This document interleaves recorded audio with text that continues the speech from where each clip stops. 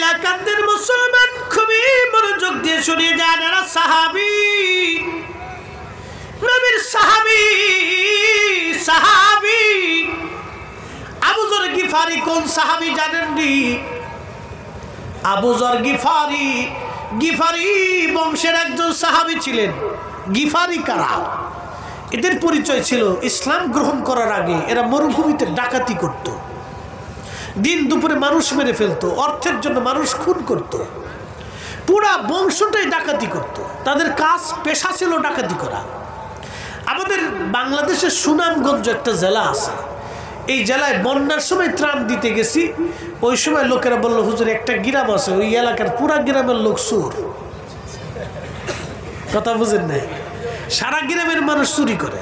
বললাম এত চোর? কহ সব গ্রামের, ওই গ্রামের টোটাল মানুষ চুরি করে, আমরা বলি চোরের গ্রাম। ওই গ্রামের সাথে কেউ আত্মীয়তা করে না, বিয়ে শাদী করে না, ও খালি চুরি করে বেড়ায়। ওরা বুঝতে পারছেন তো? গ্রাম শুদ্ধ। আমি বলি পুলিশে ধরে না, পুলিশও জানে এটা চোরের গ্রাম, চোর। আমি বললাম তো ভালো হয় না, ইদানিং কিছুটা ভালো হয়েছে, আগে খালি চুরি করতো। তো গিফারি বংশের মানুষ ডাকাতি করত। তা আবু যর গিফারি মক্কায় আসছিলেন নবীকে দেখার জন্য। নবীর সৌন্দর্য কথাবার্তা দেখে এক বাক্যে কালিমা পড়ে মুসলমান হয়েছে। চিন্তা করলো, না এই লোক মিথ্যা বলতে পারে না। আর আমরা দিন দুপুরে মানুষ হত্যা করি, মানুষের সম্পদ চুরি করি, মানুষের সম্পদ লুণ্ঠন করি, এই আমাদের কাজ ভালো না। এই লোকই সুন্দর কথা বলতেছে। দেখেন, যারা একসময় ডাকাতি করে খাইতো, সেই বংশের একজন মানুষ কালেমা পড়ে যে পুরা বংশটাকে কালেমা পড়াইল। তারা এত ভালো হয়ে গেল, চুরি ডাকাতি সাইরে দিয়ে আবু যর গিফারি দুনিয়া বিরাগী হইয়া এমন অবস্থা হয়ে গেল, পাথরের হৃদয়ের মানুষগুলি রাসূলের সোহবতে মোমের মতো নরম হয়ে গেল। তিনি আমাদের নবী, যার জীবনে ভুল ছিল না, খাতা ছিল না, আইব ছিল না, দোষ ছিল না, ত্রুটি ছিল না, একটা কথাও জীবনে মিথ্যা বলেন নাই, অন্যায় ভাবে কাউকে একটা আঘাত কোনোদিন থাপ্পড় মারেন নাই, কোনোদিন জবান থেকে তার ফায়সা কথা আসে নাই, এক বিন্দু পরিমাণ আমানত জীবনে কারো খেয়ানত করেন নাই। রাসূল করিম আরবের জমির জাহিলিয়াতের সময় ছিলেন ব্যান্ড, ওনার নাম ছিল আল আমিন। আল আমিন শব্দের অর্থ হলো বিশ্বাসী। তিনি এতটাই বিশ্বাসী ছিল যে মানুষের আমানত যেইভাবে দেওয়া হতো উনি ওইভাবেই আবার ফেরত দিতেন। রাসূল বলেছেন, কিয়ামতের আগে ওয়াদাউল আমানা, আমানতের খেয়ানত বাড়বে। সন্তান বাবার হক নষ্ট করবে, বাবা সন্তানের হক নষ্ট করবে, মা সন্তানের হক নষ্ট করবে, সন্তান বাবার হক নষ্ট করবে, ধনীরা গরিবের হক মেরে খাবে, গরিবরা গরিবের হক মারবে, মানুষ ইতিমের সম্পদ নষ্ট করবে, অনেক বড় প্রভাবশালীরা দরিদ্র মানুষের সম্পদ চুরি করে খাবে। এই আমানতের খেয়ানত সারা পৃথিবীতে এখন চলতেছে। কথা বলেন ঠিক না বেঠিক? এটা কিয়ামতের আলামত। হাইলাকান্দির মুসলমান হযরত ওমর রাদিয়াল্লাহু আনহু আবু যরকে বলেন, আবু যর গিফারি বলো তো তোমার আসামি কি ফিরে আসবে? আবু যর গিফারি ডাক দিয়ে বলল, আমিরুল মুমিনিন, মুসলমান কখনো মিথ্যা কথা বলে না।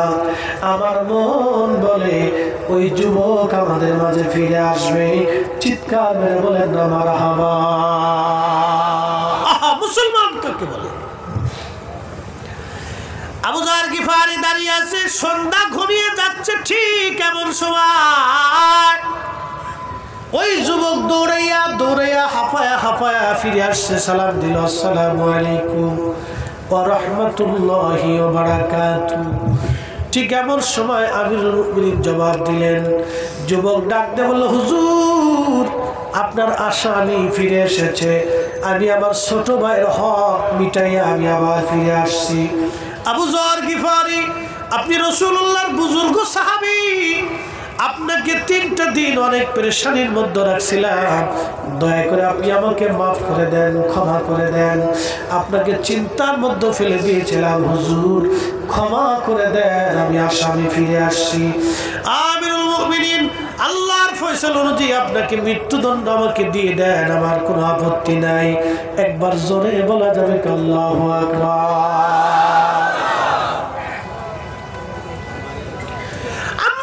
মুসলিম ইশারা করলে নদীর পানি উজানের দিকে রওনা হয়েছে।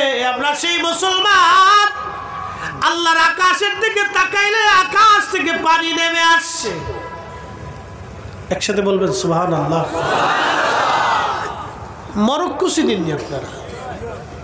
মরক্কো চিনেন? এই এবছর ফুটবল খেলা ভালো একটা খেলছিল, একটা মুসলিম কান্ট্রি, আফ্রিকার 99% সুন্নি মুসলমান।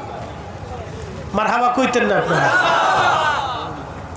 আমাদের এই উপমহাদেশে সুফিরা, আল্লাহর ওলিরা আমাদের কাছে দিনের দাওয়াত নিয়ে আসছিলেন। কি কথা কর ঠিক কিনা? এটা সত্য না মিথ্যা? চির সত্য কথা। ওলিরা এদেশে ইসলাম নিয়ে আসছিলেন। তো মরক্কোতে যিনি কালেমার দাওয়াত দিয়েছিলেন, আজ থেকে 800 বছর আগে শাহজালাল ইয়ামেনি এদেশে আসছিলেন। আর 800 বছর আগে মরক্কোতে কালেমার দাওয়াত দিয়েছেন, তার নাম হযরতে ইমাম মুহাম্মদ ইবনে সুলাইমান জাজুলি। মুহাম্মদ ইবনে সুলাইমান জাজুলি ছিলেন আজ থেকে 800 বছর আগের মরক্কোর ইমাম। এত মুসলমান ছিল। তো মরক্কোর একটা প্রদেশ আছে নাম বারবার। এই প্রদেশটা শুধু মরু অঞ্চল, বেশিরভাগ মরুভূমি। তো এই বারবার অঞ্চলে তিনি গেছেন কালেমার দাওয়াত পৌঁছানোর জন্য। তো মরুভূমির ভিতর দিয়ে চলতে চলতে চলতে চলতে জোহরে রক্ত হয়েছে, কিন্তু ওনার পানি শেষ হয়ে গেছে। মরু অঞ্চল, পানি না থাকলে কত বড় বিপদ আপনি বুঝেন। তিনি চিন্তায় পড়ে গেলেন যে আমাকে ওযু করতে হবে, নামাজ পড়তে হবে, তা আমি এখন কি করি, পানি কোথায় পাই? হযরত মুহাম্মদ ইবনে সুলাইমান জাজুলি পানি খোঁজার জন্য মরুভূমির মধ্যে দৌড়াইতে লাগলেন। লক্ষ্য করলেন বহু দূরে জঙ্গল দেখা যায় মরুর পাশে। হযরতে সুলাইমান জাজুলি চিন্তা করলেন, মরু যেহেতু আছে, পানির ব্যবস্থাও আছে, জঙ্গল যেহেতু আছে, পশু পাখিরাও আছে। আর পশু পাখি যেখানে, পানিরও ফাইসালা আছে সেখানে, কারণ পশু পাখিরা পানি ছাড়া বাঁচতে পারে না। আচ্ছা, আপনাদের ভারতে বড় বড় জঙ্গল আছে না? কথা কোন আসেনি? হাতি, ঘোড়া, গাধা, বিভিন্ন প্রাণী এই জঙ্গলে বাস করে। আপনারা বলেন তো, জঙ্গলে যে প্রাণীগুলি বাস করে ওদের পানির ব্যবস্থা কে করে? না না, হয়নি। একসাথে বলতে হবে, কে? জোরে বলেন, কে? আমাজন জঙ্গলে যা কি আফ্রিকার সরকাররা পানি দিয়ে আসে। আমাদের ভারত বাংলাদেশে আছে সুন্দরবন, সুন্দরবনে কি আমাদের সরকার পানি দিয়ে আসে। আপনাদের ভারতের ভিতরে অনেক বড় বড় জঙ্গল আছে, সরকার তো কোনোদিন পানি দেয় নাই। তাহলে যিনি ওদের পানির ব্যবস্থা করলেন, এক বাক্যে বলেন তিনি কে? আমাদের যিনি রিজিকের ফয়সালা করেন, এক বাক্যে বলেন তিনি কে? না না, জোরে বলতে হবে, কে? তাহলে আমরা গোলামি করব কার? সেজদা হবে কার? ইবাদত হবে কার? আইন মানব কার? আমাদের জীবনে আল্লাহর আইন মানতেই হবে। কথা কোন ঠিক না বেটি? প্রিয় উপস্থিতি, মনোযোগ দেন। মুহাম্মদ ইবনে সুলাইমান জাজুলি ওই জঙ্গলের ভিতরে গেলেন। জঙ্গলের মধ্যে যায় দেখলেন সুন্দর একটা গাছ, এই গাছের নিচে একটা করে ঘর। ঘরের দরজার পাশে দাঁড়ায় বললেন, কেউ আসো, দরজা খোলো। আমি মুহাম্মদ ইবনে সুলাইমান জাজুলি বলতেছি, আমি ওযু করব, পানি দাও, পানির কি কোনো ব্যবস্থা আছে?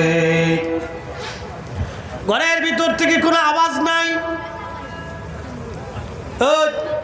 মাহফিলের ভিতর তো উঠে কেনা, বসো বসো বসো। মুতে ধরলে স্যালো মেশিনে একবারে চাপ দিয়ে ধরে বসে থাকবা, লড়াচড়া করা যাবে না। উঠলে বিপদ। মাহফিলের ভিতর থেকে লোক উঠে গেলে আল্লাহ বরকত উঠাই নিয়ে যায়, এই কথাটা মনে রাখবে। কোনো উঠাউটি হবে না। যদি ফেসাবে ধরে তো স্যালো মেশিনে একবারে কায়দা মতো চাপ দিয়ে ধরে রাখো। প্রয়োজন বোধে একবারে তালা লাগাই দাও, কোনো আজকে কাহিনী হবে না। একবারে 2 ঘন্টার আগে কোনো উঠাউটি, লড়াচড়া, বসাবসি কিচ্ছু হবে না। উঠলেই কিন্তু মামলা করে দেবো, এফআইআর করে দিব আজকে, দাঁড়া, কোনো কাজ হবে না। একসাথে জোরে বলেন আল্লাহু আকবার। বলেন না ইয়া রাসূলুল্লাহ। কষ্ট হচ্ছে? আর কিছু সময় চলবে। আমরা মুসলমান, কথা কোন ঠিক কিনা? তো কি মুসলমান, এটার পরিচয়টা আজকে দিয়েছে। মুসলমান তো কিতাজাত মুসলমান, এটা বোঝার দরকার। আমরা কোন জাতের মুসলমান এটা বোঝার দরকার। হাইলাকান্দিবাসী সুলাইমান জাজুলি ডাকে, কেউ আসো, দরজা খোলো, আমি ওযু করব, নামাজ পড়ব, পানির বড় দরকার। কিন্তু ঘরের মধ্য থেকে কেউ পানি আনে না, দরজাও খুললো না। উনি লক্ষ্য করলেন দূরে একটা কুয়া দেখা যায়, কুয়ার পাশে দৌড়াই গেলেন। কুয়ার মধ্যে তাকিয়ে দেখলেন পানিও আছে। সুলাইমান জাজুলি পানি উঠানোর মতো কোনো দড়ি নাই, মশক নাই। দড়িও তো দরকার, বালতিও দরকার। তাহলে কুয়ার ভিতর থেকে কি করে পানি উঠাবে? যদি কোনোদিন আপনারা মদিনায় যান, মদিনার থেকে বদর যাওয়ার সময় একটা এলাকা আছে নাম বীরে শেফা, একটা কুয়ার নাম বীরে শেফা। এই বীরে শেফা 70 জন নবী নামাজ পড়েছেন এবং 70 জন নবী এই বীরে শেফার পানি পান করেছেন। বদরের যুদ্ধ শেষে নবী ফিরে আসি, শত শত সাহাবী বীরে শেফার কাছে ভিড় করলেন, তাবু গাড়লেন। সাহাবীরা বলল, হুজুর, হাজার হাজার বছর ধরে এই কুয়ার মধ্যে পানি ছিল, কিন্তু আজকে পানি নাই, পানি শুকায় গেছে। আল্লাহর নবী বীরে শেফার পাশে গেলেন, প্রিয় নবীজির থুতু মুবারক শেফার মধ্যে ছেড়ে দিলেন, থুতু মুবারক পানির মধ্যে ফেলে দিলেন। কুয়ার নিচ থেকে পানি উঠে উঠে উঠে উঠে একেবারে কুয়া পরিপূর্ণ হয়ে গেল। 1450 বছর থেকে আজও পর্যন্ত সেই কুয়া বন্ধ হয় নাই, একটা দিনের জন্য পানি শেষ হয় নাই। আমার নবীর থুতুর এত বরকত, না জানি নবীর জীবনের কত বরকত। চিৎকার মেরে জোরে বলবেন কি ইয়া রাসূলুল্লাহ? খাবার আছে, কথা কোন শক্তি আছে। নবীর থুতুর এত বরকত, যারা বলে রাসূলুল্লাহ আমাদের মতো, ওকে বলবেন তাহলে তুই থুতু মেরে কুয়ার নিচ থেকে পানি উঠা। যদি উঠাইতে না পারস তাহলে তোর একবারে বাটাম চালান দিয়ে দেবো আজকে। আমার দিকে তাকান, 800 বছর আগে শাহজালাল ইয়ামানি মুজাররিদি এদেশে আসছিলেন। শুধু উনি একা না, আরো 360 জন সাথে ছিল। সবাই নামাজ পড়ছেন নাভির নিচে হাত বেঁধে, চিরসত্য। আমি দলিল দেব না, দলিল বহু আছে, পাবলিক দলিল বুঝে না, আপনাদেরকে যুক্তি দিয়ে আজকে বুঝাই দিয়ে যাই, অন্তরে ব্রেনে সারা জীবন গেঁথে রাখবেন। শাহজালাল ইয়ামানি মুজাররিদি নাভির নিচে হাত বেঁধে নামাজ পড়ছেন। উনি যদি বুকের উপরে হাত বেঁধে নামাজ পড়তেন, এদেশের 800 বছর ধরে কোটি কোটি মুসলমান বুকের উপরে হাত বেঁধে নামাজ পড়তো। উনি নাভির নিচে বাঁধছেন বিদায় মুসলমানরা 800 বছর ধরে নাভির নিচে বাঁধে। 3 রাকাত বেতের নামাজ পড়ছেন বিদায় 3 রাকাতই বেতের চালু আছে। আর 20 রাকাত তারাবি পড়ছেন বিদায় 20 রাকাত তারাবি চালু আছে। আজকে ওরা কারা? আমার জানাজায় ভেজাল বাঁধাইছে, আমার নামাজে ভেজাল বাঁধাইছে, আমার দুয়ায় ভেজাল বাঁধাইছে, আমার তারাবিতে ভেজাল বাঁধাইছে, রমজানে ভেজাল বাঁধাইছে, সলাতুল ঈদুল ফিতর ঈদুল আজহায় ভেজাল বাঁধাইছে, আমার তাহাজ্জুদে ভেজাল বাঁধাইছে, আমার ওই তারাবি কি বলে বেতের নামাজে ভেজাল বাঁধাইছে, আমার দুয়ায় ভেজাল বাঁধাইছে, আমার মসজিদে ভেজাল বাঁধাইছে, আমার মুসলিম পরিবারে ভেজাল বাঁধাইছে, আমার সমাজে ভেজাল বাঁধিয়েছে। ওরা কারা? অবশ্যই ওরা এদেশে ইসলামের দুশমন। কথা বলেন ঠিক না বেঠে? মিথ্যার বিরুদ্ধে কথা বলতেই হবে। শাহজালাল ইয়ামানি মুজাররিদি দেশে ভেসে আসেন নাই, শুধু ইয়ামান থেকে আরব হয়ে দিল্লির নিজামউদ্দিন আউলিয়ার সাথে দেখা সাক্ষাৎ করে দেশে এসেছিলেন। যাই নামাজ বিছিয়ে সুরমা নদী পার হয়েছিলেন। আজকের এই দেয়ারেতে সুরমা, সেই দেয়ারেতে সুরমা ছিল না। 800 বছর আগে বিরাট বড় নদী ছিল, সেই নদী যাই নামাজ বিছিয়ে পার হয়েছে।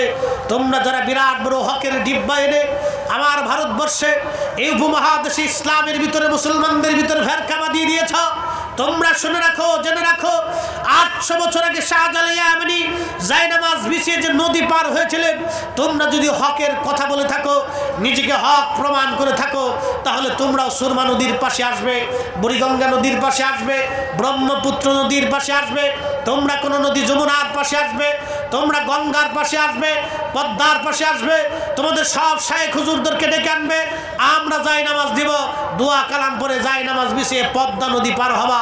যদি পার হইতে পারো, আমরা হাইলাকান্দির মুসলমান, ভারতের মুসলমান, বিনা বাক্যে তোমাদেরকে বিশ্বাস করে নিব। আর যদি পার হইতে না পারো, পানির মধ্যে ডুবে মরো, তাহলে আমরা তোমাদেরকে কায়দা মতো পানির মধ্যে চুবাইয়ে ধরবো।